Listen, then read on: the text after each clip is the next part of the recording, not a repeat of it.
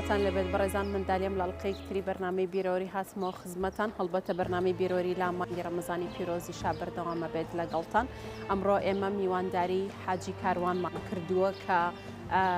ڕۆژنامەنووسە بانکخوازە خێرخوازە و لە هەمان کاتیشە سیاست مەداریش بووە ئەچین بۆ لای حاجی کاروان و ئەو ڕێکخراوە خێرخوازیکەوە هەیەی لەسەر ئەویش قساکەین و گفتوگۆکانمان دەست پێکەین ئێوەش لەگەڵمان بن. یارە بۆ خاتری ناوە جوانەکانت دێتە پاڕینەوە خوددایە بە ڕەحمی خۆت ڕەحممان پێ بکە یا ڕەحمان و یا ڕەحیم ئەو کەسەی لە هەموو کەس بە ڕەحمتری بۆ بەندەکانت خوایە جگە لە ڕەحمی خۆت محتیاجی هیچ کەسێکی ترمان نەکەی جگە لە دەرگانەکەی خۆت محتیاجی هیچ دەرگەیەکمان نەکەی خوایە جگە لە تۆ بۆ هیچ کەس زەلیل نەبین. جارێکتر سڵاوتان لەبێت هەرەکو لە پێشەکێکەش ئاماژەم پێجا لەگەڵ حاجی کاروانە دەسەکەین بە گفتوگۆکانمان کاک حاجی زۆر سپاس دەکەم بۆ میوانی بەرنامەی بیرۆری سپاس دەکەین. کاک حاجی هەمیشە لە یەکەم پرسیارمەوە بەو شێوەیە دەست پێکەم بە حکومەی بەرنامەکە ناوی بیرۆریە پێم خۆشە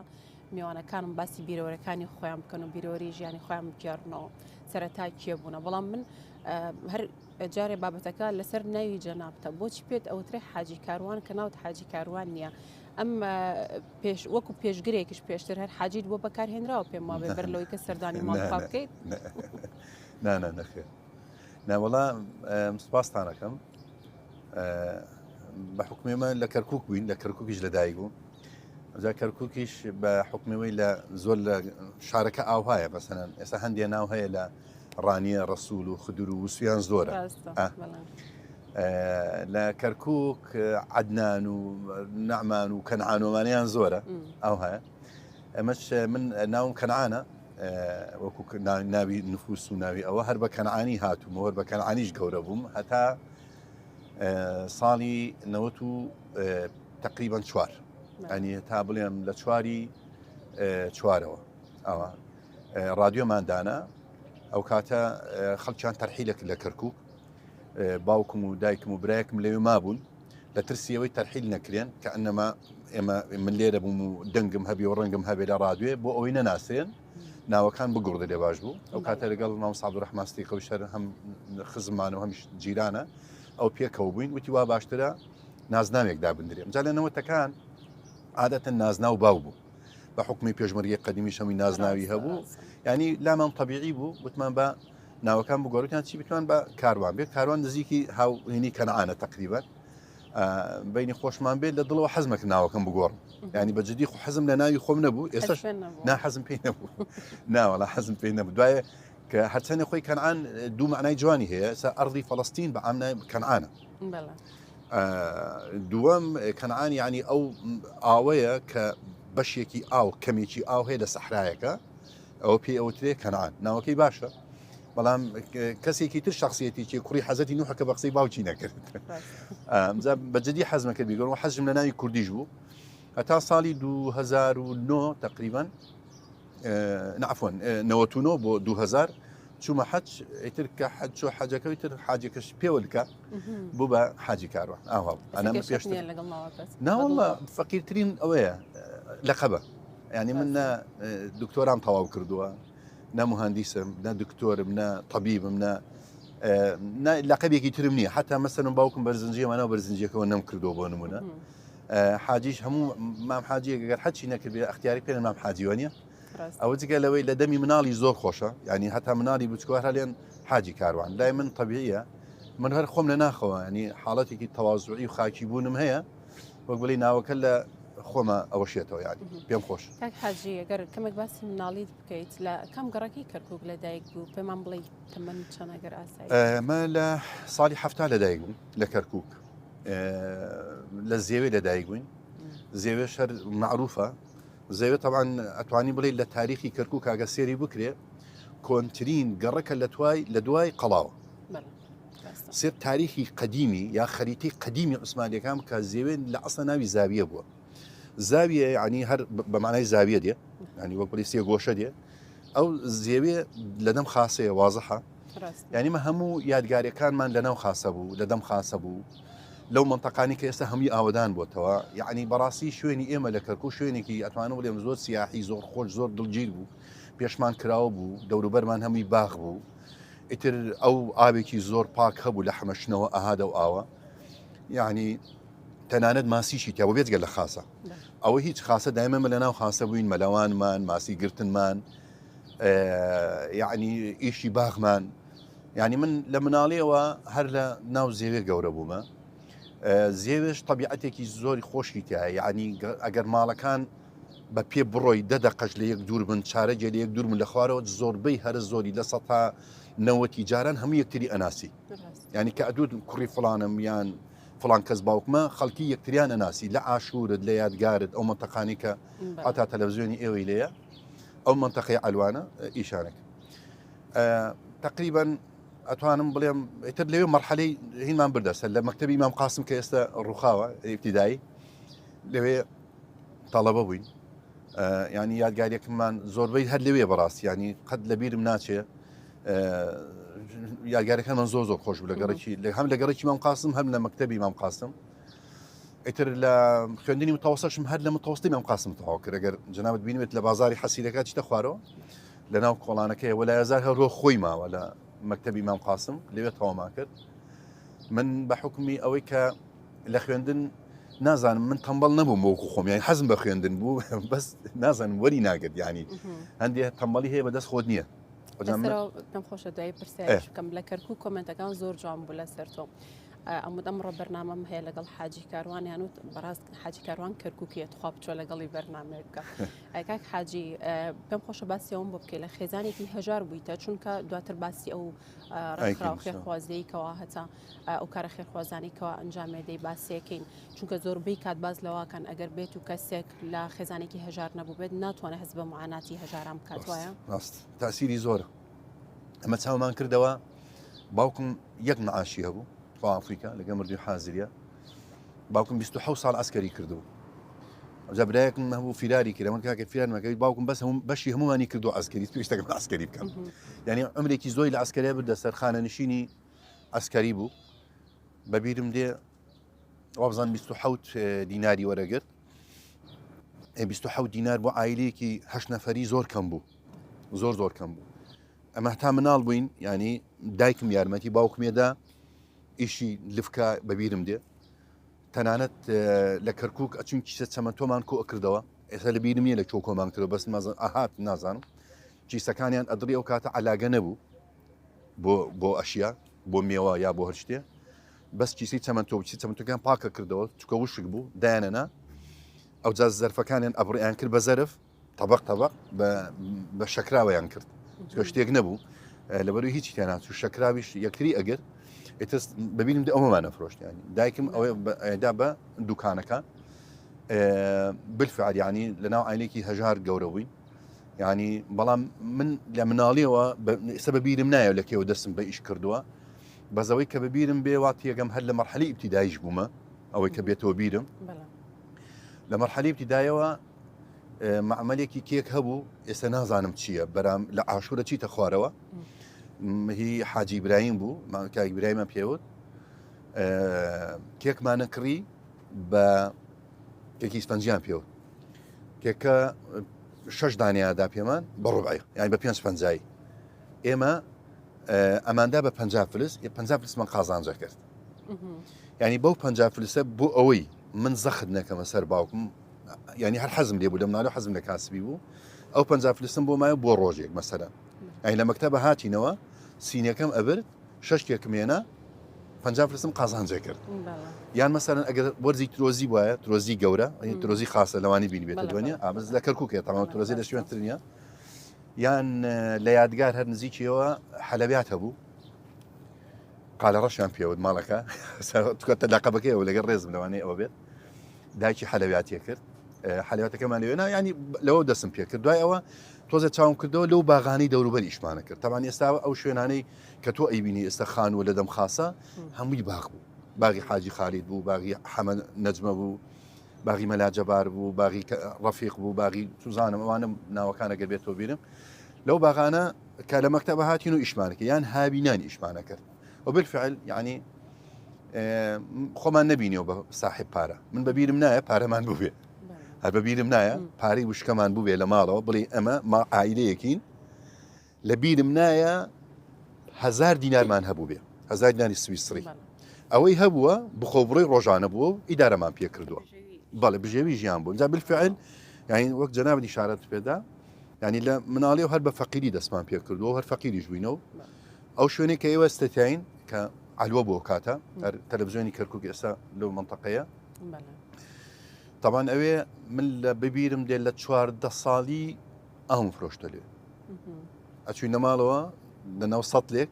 قابێکی بەفر لە فرێزەر دایکم دایانە ئەماکە 900 لێکەوە مای باردمانە فرۆژۆگەڵێ کاک حاجی ئەمە تەنیا بۆ بژێوەکە دابین بکەیان لەبەرەوە بوو کە حەست بە خوێندن نەبوو ناخۆ ئەو تاسی لە خوێندنەکەی ناکرد نانا تاسی لە خوێندن ناکرد ئەوە زیاتر هاوینانەوەی شەمانە کرد بەڵام بەشێکی تریشی بۆ خۆم حەزم لە ئیش بوو من لە خوێندن ڕام نەکردەوە ینی بەس ینی بۆچی لە هەموو شوێنەکەڵی پرسیاری خوێندن لەمە ئەزانی معقد بووم بەرامبەری بە تایبەتی من دوو شت زۆر ئیلاکن یەک بیرکاری دوو ئینگلیزی وەری ناگرد ینی ئێستا ینی زۆر مشکلە وەڵی کێشەی گەورم لەگەڵ بیرکاری بوو ئەرەوەڵە بەڵام تۆ ناچار بووی هەر بخوێنی بەس ینی ئەوە نەبوو بڵێ مەسەن ڕابکەم مەسەن برایەک هەبوو لە خۆم گەورەکەیشی لە خۆم بچکەوتر ئیماد و نەعمانمان ینی ئەوان بالفعل لە خوێندن ڕایە نەکرد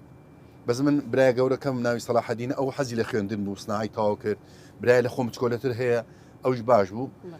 یا بەس چی بوو ینی خوێندنەکەم عقدوی بەرامبەری تۆ لە ناچاریە ئەتخوێند ینی ئەوە نەبوو هیوایەتت بێەوە نەبوو تەماحێکت تایە هەبێ بەس لە ترسی ئەسکەری بخوێنە ئەگەر نەخوێنێ بیتە ئەسکەر ئەو هەو سەدام ئەو خێرەی هەبوو کە بە زۆر نەکرد تیجارم تاوە کرد لە عدادەی تیجارە وەرگرام بۆ جیرم سەجۆم تیجارە لە جێ خۆیتی ئەگەر لە بیرم بوانە بەرامبەر مەرعەوەکەی تیجارە بە 1000 حاڵ لە سەفسەی متەوەستە بە 2 ساڵ ئەمە سەفدی متەوەستەشم بە 2 ساڵ بڕی سەفسەی متەوەستەشم بە 2 ساڵ بڕی ئەوش بە 50 دەرچوو ئیتە خۆ لە 50 بەخواروی هیچ تر نییە وەنیە ساقیتە لە 50کە لە هین وەرگیرام لە ئەو کاتە هینی تەسنی عسکەری هەبوو ئیتە دوای کە لەبەرەوەی کە یەک گورچی دەمەیە ئەمەلیات یەکم کرد گورچیلەکەم وەستا ئیتر وەرنەگیرام الحەمدولیلا دوای کە تەنازول کرا لە ئیعدادی تیجارە ینی کەمترین دەرەجە بۆ ئیعدادی تیجارە بعد حاڵە سیان 30 ساڵشمان لێ تەواو کرد ئیتر دوای عاتم بوو بە 89 ئەوە کوێ گیرا و ئەبای بچینە بۆ عسکەری ئەو کاتای تر الحەمدولیلا عسکەریەکەشمان نەکرد بۆ سەدا باش بوو حاجی شوێنەکەمان جوانە بەرە هەراوە دانە نێشین بچین پیاسە بکەین من لە خزمەت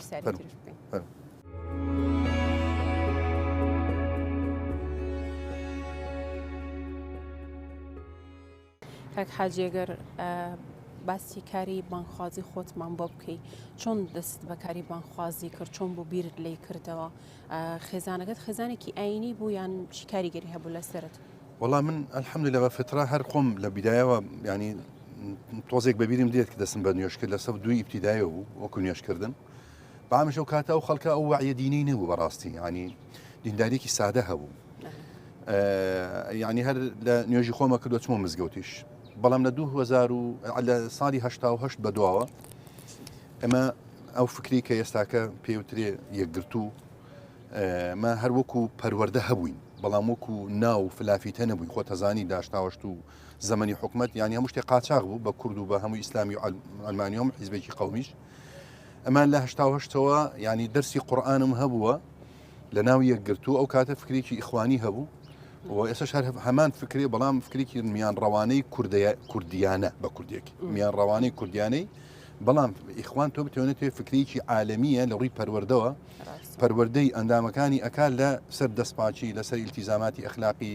عائیلی ینی هەموو شتێک ئێمە لە 1970ەوە ینی دەرسم پێوتراوە یەکەم مامۆستاشم کاکتەها بوو کوڕە میمکمە بە کەرکوچیەکە بڵێم ئێستا لە ئەڵمانیا دوو مامۆستام کاک ئیبراهیم خەلیل کە ئەندامی ئەنجومەنی محافەزە بوو ینی من یەکێ لەو کەسانی کە هەتا مردنیش قەرزاریم ئەوە ینی پەروەردەی دەستی ئەو بووم لە هەتا ڕاپەڕین لە ڕاپەڕین ئەو هاتینە کوردستان مەسەن لە هەولێر بووم ئیتر لە دوایەوەی کە ینی طبعا هەر لەوێش لەو کاتە لە تۆ بڵێ لە کەرکووک ئەو برادرانی دەوروبەر لە تیجارە بووین لە عدادی لە متەوەسێ و قاسم بووین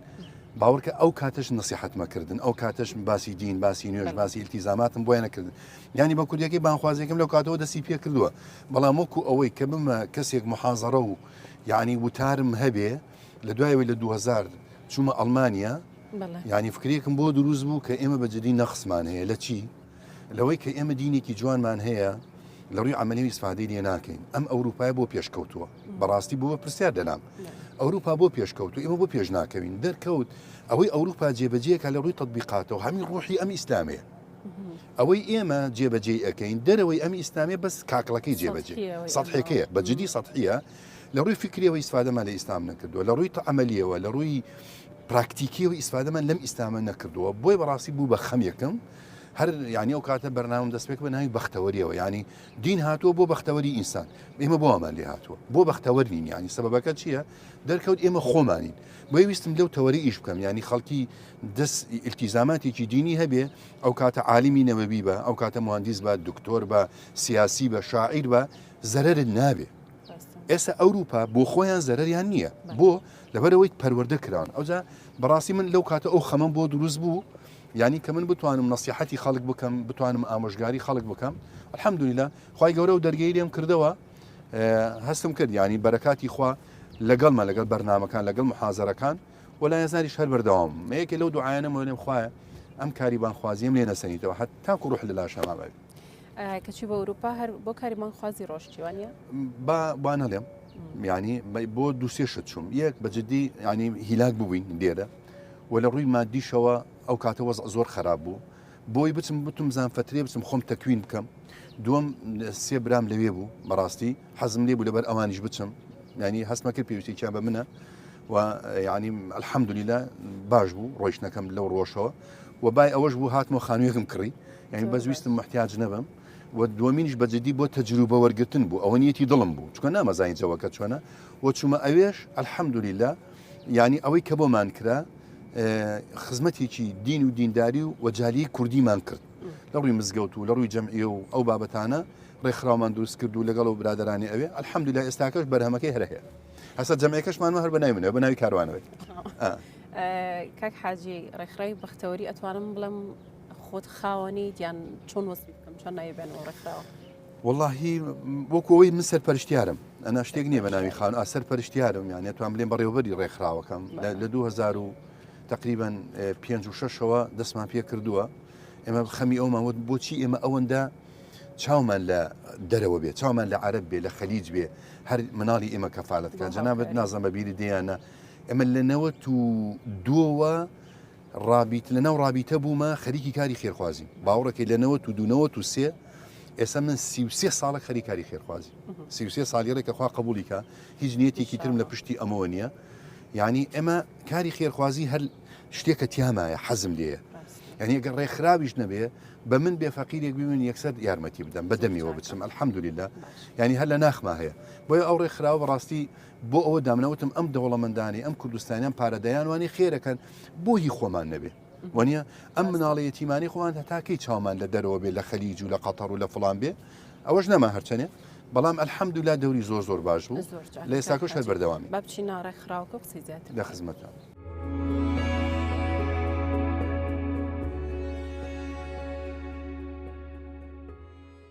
هاتیینە ڕێکخراوی بەختەوەری هەر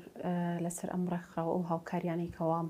دابەشەکەن بەسەر خەڵکی فەقیر هۆژارە قساکەین کاک حاجی ئەگەر باسێکی ئەم ڕێکخراوەمان بۆ بکەیت ئەمە شوێنەکە تایبەتە بە خۆتان یان هیچێە کرێیە چۆن نییە وڵاهی ئێمە لە وەگوتم لە 2005ەوە تقریبا ئەم پرۆژێمی ئەلان کردووە لەبەرەوەی ینی هەم ڕوحی خێرخوازی خۆمتیان بە من لە 93ەوە لە ناوکاری خێرخوازیە لە 93ەوە بۆ ئێستاکە هەر بەردەوامی خوا لێمان قبولکە من وتم شتێکی تایبەتی کوردەواری خۆمان هەبێ ئاتیمان نەکەینە سەر دەرەوە زۆر لەبەر الحەمدولیلا لە دوای لە 2005 خەڵک وەزعی باش بوو ئیتر وتمان با خەڵکی خێرخوازی ئێرە یارمەتی ئەو خەڵکە فەقیرەدا کە پیان ناگەن ئیتر بەڕاستی یەکسەر دەرگەمان کردەوە بەوەی کە مناڵی هەتیوی بێباو کەفالەت بکەیت لەو کاتەوە تقریبا ئەتوان بڵێن لە 2009 ئیجازەمان وەرگرت و ئەمە دووەم شوێنمانە ئێستا ئێمە تاوان کرین تا ئێستاکە تا ئێستا خانومان نییە بەڕاستی یعنی الحەمدولیلا من بەش بە حاڵی خۆم ئاڵێم ئەگەر کەسێک هەبێ بۆ خانوم بۆ بکرێ ئەیکەم بەڵام لەگەڵ ڕێزم بۆ هەڕ ڕێکخراوێکی تر یعنی من قەت ئامادە نەبووە پارەی خێرخوازی بۆ من بێ جەنابەت 100,000 بدەیتە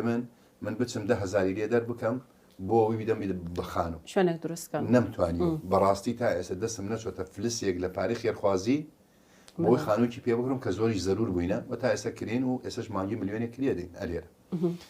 ئەمە تقریبا بەس دێرە تاوان سلێمانیش نووسینگەمانەیە نوێنەرمانێ لە شارەکانی تر لە هەڵەبجە لە کەرکووک الحەمدولیلا بەس لە هەولێر نزیکەی 2000 خێزانی هەتیومانەیە هەمی بێ باوکن لە سلێمانی نزیکەی 1500 ئەبێ لە شارەکان تر بامانشیەوە ئیشی سەرەکی یەکەممان مناڵی هەتیوە ئەجارە مناڵە هەتیوانە چۆن شتێکمان بۆیان کردوونەوە بێ باوکانە کەفالەتمان کردوون بەوەی کە هەندێک مەسەرە ئایلەمانەیە ماگانە وەرێگرن نزیکەی 100 ئایلەیە هەندێکی تریش ئەوانەی تر بەپی ئەو پارەی کردێتە دەستمان خێرخوازی وایە ئێستا مەسەر پێر ئێمە خێرخوازێک 100 ئایلەی کۆ کردەوەیکی 450,000 داوە پێ جارواش لە ڕەمەزان بۆ ڕەمەزان دێت جارێک دوو جاربان گیانەکەن و پاریانە دەینە ئەوجا مەسەر تەمینی جدی مەکتەبمان بۆیان کردووە بە هەموو شتەکانیەوە قڕتاسیە و جانتە ئەو بابەتانە جەژن دێ بە هەمان شێوە ڕەمەزان دێ بە هەمان شێوە تا ئێستا نزیکەی 380 خانومان کردو حاجی هاوکارەکان چۆنی دابەشەکەن ینی خەڵک دێت ناوی ئەنووسێت لای ئێوە چۆن دڵیان بوونەوە کەم کەسە شایانی و هاوکاری ئەمە طبعا مستەمسەکمان هەیە مەسەلا مایلی دێکڵی یەتیمە ئەبێ وفادنامەی هەبێ نوفسەکانیان لێسەنین وەرەقی بایایی کە تاکی دەکەین ئەو کاتە سەردانیانەکەین کە تۆ مستەمسەکە دیارە ئەوە بە دەرەجەیە تاقیبی جدیشیانەکەین ئەمە هەتا عمری مناڵە بچکۆلەکە تا 15 ساڵ بێ ناوی هەیە لە لامان لەسەر و 15 دەرێکین چکە لە یەتیمی نامێنێ ناکرێ پارەی یەتیم بۆ ئەم بابەتە بێ طبعا بێگومان تاکی دەکەین و ئەزانین ئەو کاتە ئەمە خانی خۆیەتی کرێچیە معاشی هەیە نییە ئەو کاتە یارمەتێنێ هاوکاریەکی زۆرە نەریت بۆ غەزە نازانم خۆت چوو بووی بۆ غەزە بەم دوایی یان نا ئاگداریەوە نیم بۆ غەزە زەحمەتە چوون ئەمە چوینە میسر باشە چوینە حدودی غەزە ئەو کاتە تاوان پێشی ئەوەی کە ڕەفەح وانە بگیرێ ئەمە چوینە ڕەفەح لەوێ تقریبا چەند بار هەڵگرێک پشتمان ئامادە کرد لە خێمە و لە خواردن و ئەو بابەتانەمان ناردووە بەڵام دوای ئەوە بە ممارەسەی ئیشەکەمان نەفەرمان دۆزیەوە لە ناو غەزە کە خۆیان غەزەین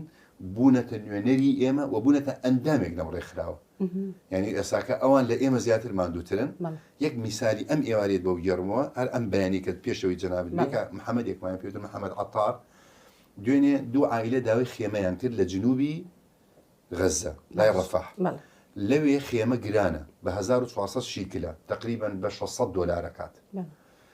یعنی پێم وتمەوە دوو عائیلێ داواکەن و زۆر زەرور بوون یعنی فەقیر بوون بارانێکی زۆری شەیەستا ئەم بانە تەلەفۆنی کلوتی تەسەوڕەکە من لە دوێنێ ئێوارەوە ڕۆیشتمە نەخەوتمە ئەم شەو لە شیمالەوە لای خانیونس و ئەو منتەقەیەوە لای جەبالیەوە چوو بۆ ئەوێ دوو خێمەی بۆیان بردووە ئەنیشەکانە بە دەقیقی ئەەکەین لە ناو غەزە الحەمدولیلا من لە ئەوە ڕۆژەوە هەفتەیەک دوای شەڕ لێرە کۆمەکمان کۆ کردوێتەوە هەتا ئەم ڕۆژ بەردەوامی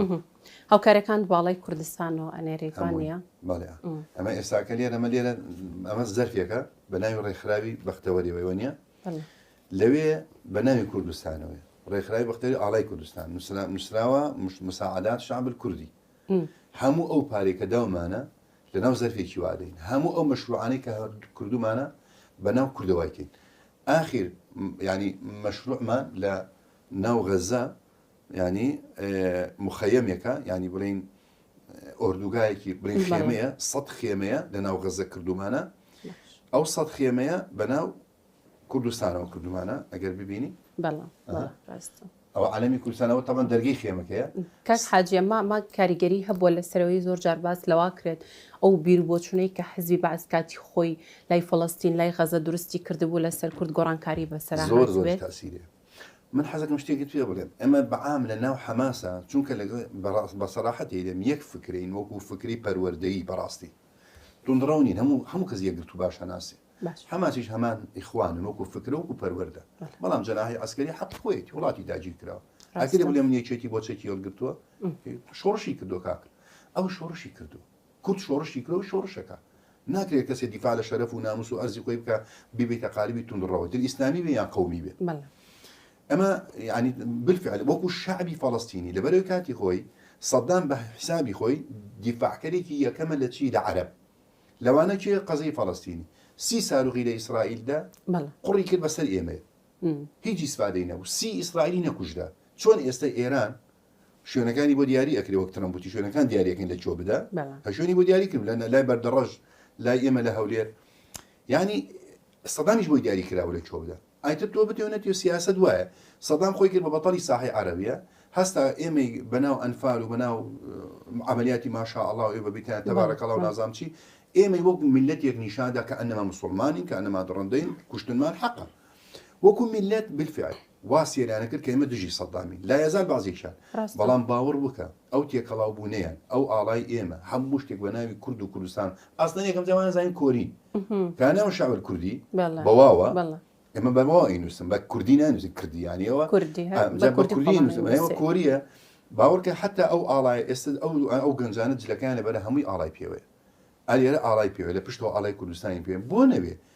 یەک کەستا ئێساگە بە میدۆ خۆکە حاجی من حەز ناکەم بە ئاڵای کوردستانەوە شت بچێ لەبەرەوەی زۆر ئەزیێتمیان داوە ئەم لێر لە کورد با بەوانە وەڵی من یەکێکم بەو کەس لەو کەسانی حتا سەرێز خانم ئاڵای خۆم خۆشێ بۆ نەیکەم میلەتێکی چەساوم وەنیە دەوڵەتم نییە غەدر لێکراوم وەڵی بە شانەزیەوە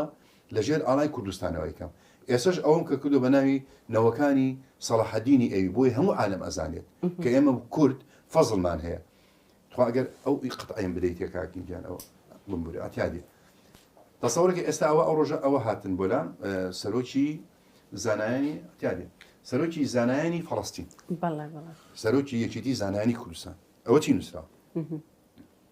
طریقە هەکاری هەکاری ئەمە تاریخی کورد ئەمە لە قودسە تەوان ئەمە ئێستا جادەیەکە لە ناو قودسە ئەمە شێخ ضیاءالدین کە خەڵکی هەکاریە ئەمە قازی مصر بوو لە زەمەنی سەلاحەدینە و یەکێک بوو لەو کەسانی قائیدێکی ئەسکەری بوو لە فەتحی قودسە وەخ ئەو جادەی قودس بەناو ئەوە کراوە حاکمی قودس بووە ئەمە فەزڵمان هەیە بەسەر ئەو میلەتانەوە بەڕاستی یعنی بۆ من ئەفونکە بۆ ئێمە ئێستش شانازی بۆ خۆمەوەکەم لەبەرەوە بەڕاستی ینی ئەوەی کە کردومانە حتا لەو کە شەڕ وەستا بوو بە حەفلە ینی ئاڵای کوردستان لە ناو سەر جادە هەڵگرتووە لەناو ئەو خەڵکای بینیوانە دڵم زۆر خۆشە بەوەی کە هیچ بەناو دینەوە قبولیکە لە سەرەتای قسەکان تاماژەت بەوەدا کە ئەم ڕێکخراوەت دامەزراندۆ و توتە بۆچی هاوکاری لە دەرەوە بێت و لە ناو کوردستانانە بێت هەر ڕەخنەش لێ گیرا لەوەی کە بۆچی هاوکاریە نێرێ بۆ غەزە و نایدا بە هەژارەکانی کوردستان بەڵام لاینن کاتە من هەنێ جار ئەی بینم کە هاوکاریە نێری بۆ ڕۆژاوی کوردستانیش پێما بێتوانە دوێنێ پێرێ ئێمە یارمەتی هزار ئایلی ڕێکمان لە ڕۆژ ئاواداوە ڕۆژ ئاوا ئەمە تەمان ڕۆژ ئاوا حەزەکەم شتێکی پێ بڵێم ئەوەی کە بۆ ڕۆژ ئاوامان کردووە تا ئێستا بەجددی بۆ غەزەمان نەکردبوو ئێمە لە سێ حاڵەتی ڕۆژ ئاوای بەردەوام بووین حاڵەتی یەکەم کە ئاوارە بوون لە بیدایی شەڕەکە شەڕی سووریا لەگە حکومەت شەڕی دووەم لەگەڵ چێ بوو لەگە داعش بوو وە نەبوو حاڵەتی سێمیان چی بوو مەلەرزەکەەوە لە هەر سێ حاڵەتێک هەیە یعنی ئێمە و حتا تەنات قەناتی کورساتی تیابوو ڕێکخراوی بەرزانی و ڕێکخراوی بەخشین و هەموو حاڵەتەکان پێکەوە بووین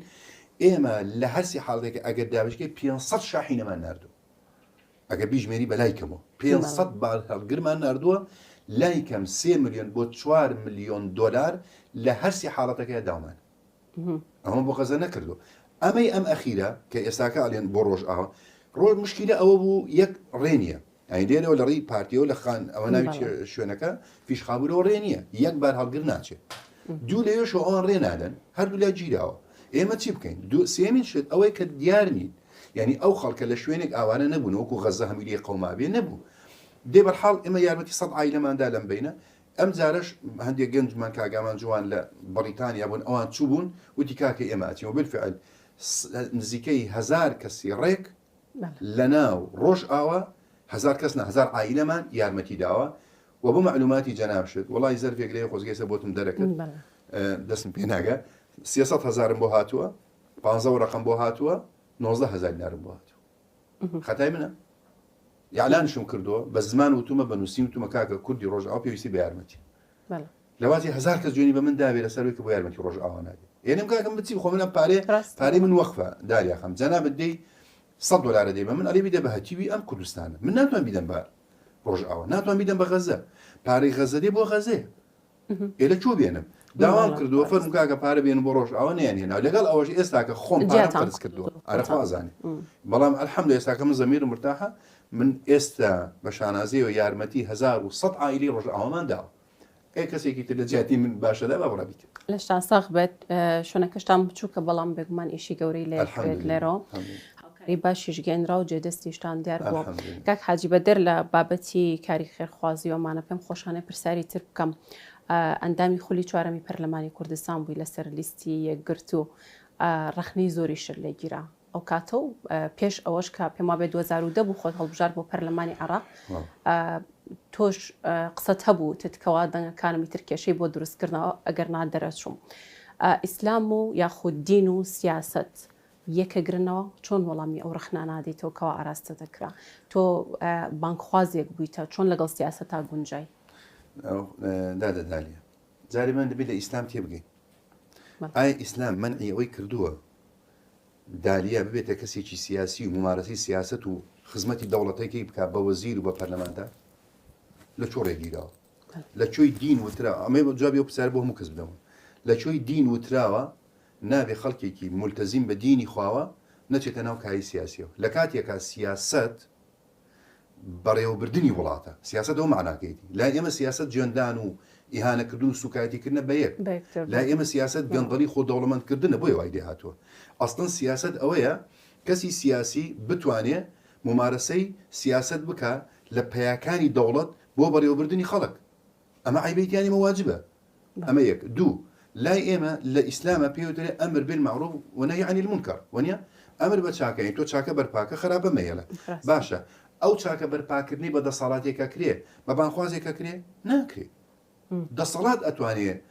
عدالت بەرپاکە دەسەڵات ئەتوانێت گەنج یارمەتی بدا ئیش بدۆزێتەوە علم پێشکەوێت هەزارە دروستکە مەدەنیەت دروستکەوە نیە ئێوە ئەو دەسەڵاتە واجبە بۆ نێشتنی خراپە واجبە تۆ بچیتە شوێنێک جێدەست دەبێت بۆ کەسێکی ئەهلی دین و دەست بە دەستنوێژ و لەخواترسی حرام نەخۆر بۆ نەبێتە پەرلەمانتار و وەزیرێک و ڕئیس وڵاتێک بۆ کەسێکی تر حەق بەخۆی بدا کە خوا ناناسی و دنیای گەندەڵیش کراوە لەبەرەوە زۆر تەبیعیە دووەم شتیش بالفعل من لە کاکات خۆ لە کەرکووک خۆم هەڵبژار و مسپاسی هەموو دەنگدەنای کەرکووکەکەم من نازانم الحەمدلله خەڵکی کەرکووک ئێمەیان خۆش هەیە من ئاخر قسە بە جەنابتەرێم سەعات چواری ئێوارە ئەوە کاک فەرهاد ئێستا وەڵسام ئەو نییە لە کۆمسیۆنی کەرکووک بوو سەعات چواری ئێوارە وتی 43,000 دەنگتێنەوە ڕئیسی کۆمسیۆن بوو دەنگەکە هاتەوە بوو بە چەند 23,000 یەشتا سنوق زۆر مابوو بکرێتەوە 47,000 دەنگێویست لە کەرکووک من نازانم دای چەندێک بوو دوای 6 مانگ بوو شتێکی وا بوو یەکێک تەلەفۆنی کرد بۆم لە کەرکووک وتی خزمێکمانەیە تورکمانە لەگەڵ ڕێزم بۆ تورکمان یا قەزمەوە بۆی قەومێکە بڵێم ئەو لە کۆمسیۆن بووە وتی بە حاجی کاروان بڵێن گردن مازاکە سفرێکم لادا لە 10,000 سفرێ لادەی چەند ئەمێنێ 1000 سفرێت چییە بەڵام لە نەتیجەیە زۆرە لەو هەولێرەش دوای لە پەرلەمان خۆ ڕژات عینەن بۆ عێراق دەرنەچووم حەز ناکەم ناوەکەی بڵێم لەگەڵ پیاوای باسمان کرد کە باسی شتێک کەسێکمان کرد نەسەن ئەو بەمنیوت لە قیاداتی ئەو حیزبە وتی نەمانهێش دەرچی چ بکەم یانی ئەو زەمن بفیان ینی بانخوازی بەڕێی من خەڵکی بانخواز من خۆم ڕێیم وایە لە دوای ممارەسە نەچینە ئەو کایە بەڕێی من بانخواز و مامۆستای ئاینی نەچێتە ئەو کایە بۆ لەبەرەوەی بانخواز هەموو کەس ئیشی پێ بانخواز یەکێتی پارتی شوعی هەمووی گوێی لێ ئەگرێ مڵکی هەموو کەسە چونکە دین بۆ عامە وایە بەڵام سیاست مەجبور من نەقد لە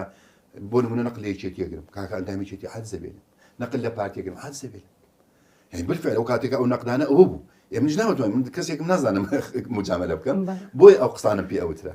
یعنی بەڕای من نەچێتە ئەو کای لەبەرەوەی ئێمە بۆکو بانخواز مڵکی هەموو کەسین مڵکی تاکە حیزبێنی کاک حاجی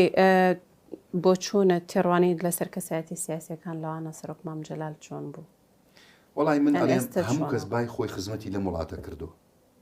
من بەش بە حاڵی خۆم تەجروبە لە ژیانی هەموو کەس وەرەگرم تەجروبە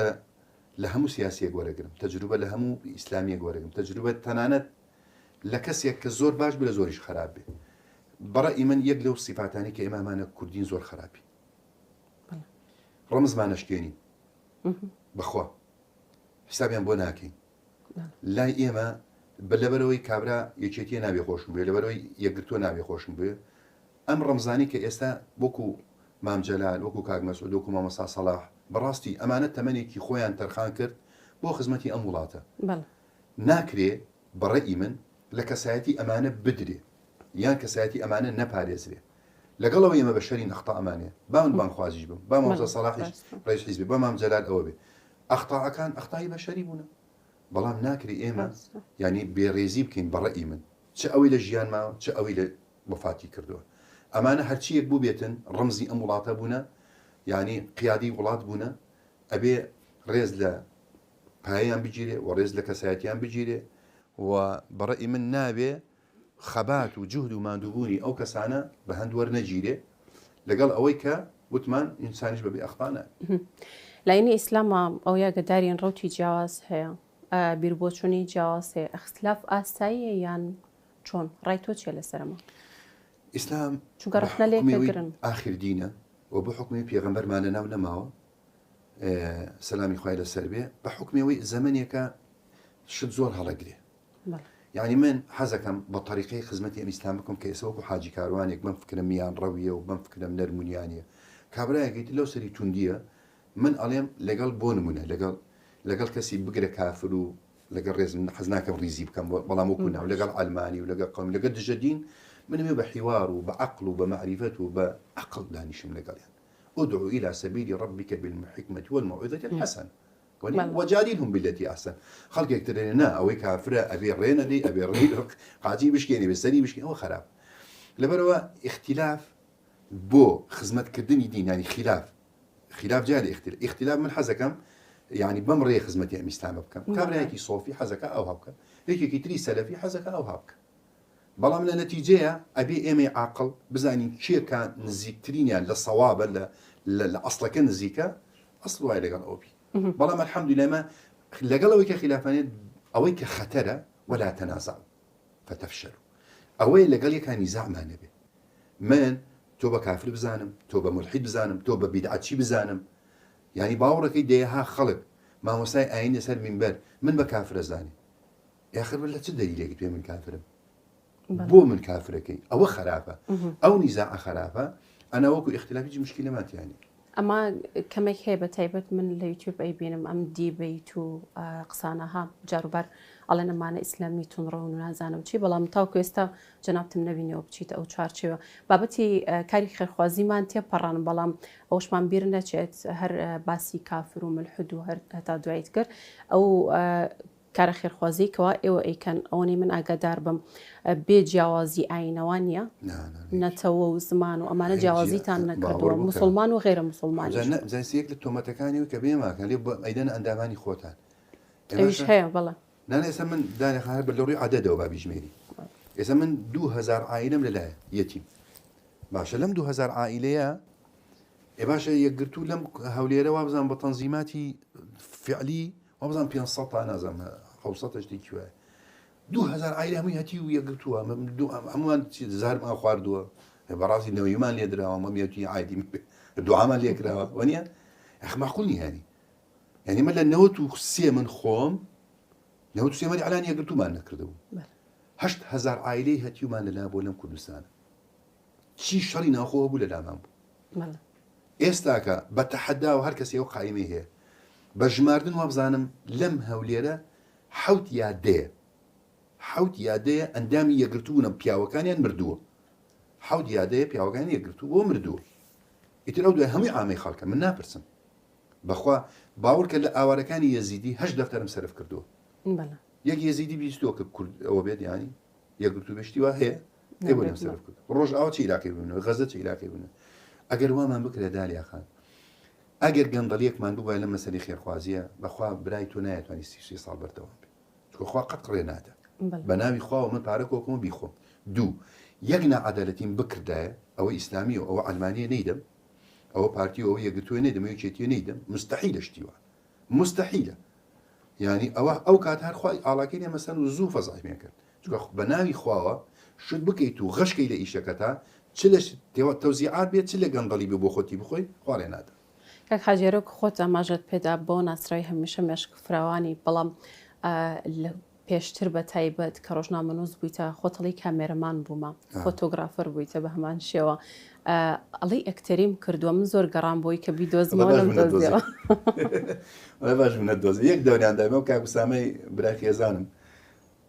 ئەو تێبێت دەورێ ببینی ئەوزای سێر دەورەکەی خۆم وڵای باشە پێم نییە چکە زۆری سعات